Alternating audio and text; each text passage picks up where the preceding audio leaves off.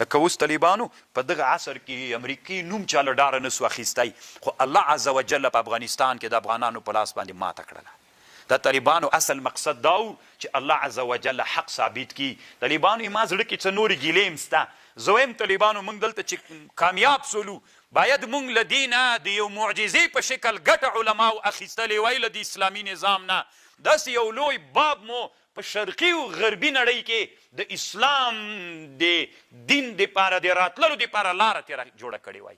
داسې انسانان مو نظام مو داسې یو سیمبول جوړ کړی وای او داسې مو تبلیغاتي ګټه ترې اخیستې وای چې ټولې کفري نړۍ انسانانو ته یو فکر راچولی وای ولې امریکا ماته سوله، مادیاتو ماته کړله، که دلته یو بل شی و چې هغه ماته کړله.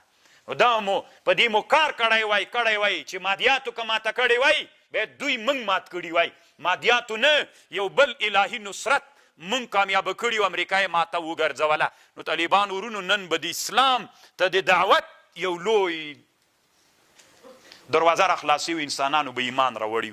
خو طالبانو حسبنا الله ونعم الوکیل. اصل کې مقصد څه و؟ الله وایي چې دوی مې درته مات کړل چې الله حق ثابت کی ويقطع دابر الكافرين ليحق الحق چې الله ثابت کی حق ويبطل الباطل ولو كره المجرمون.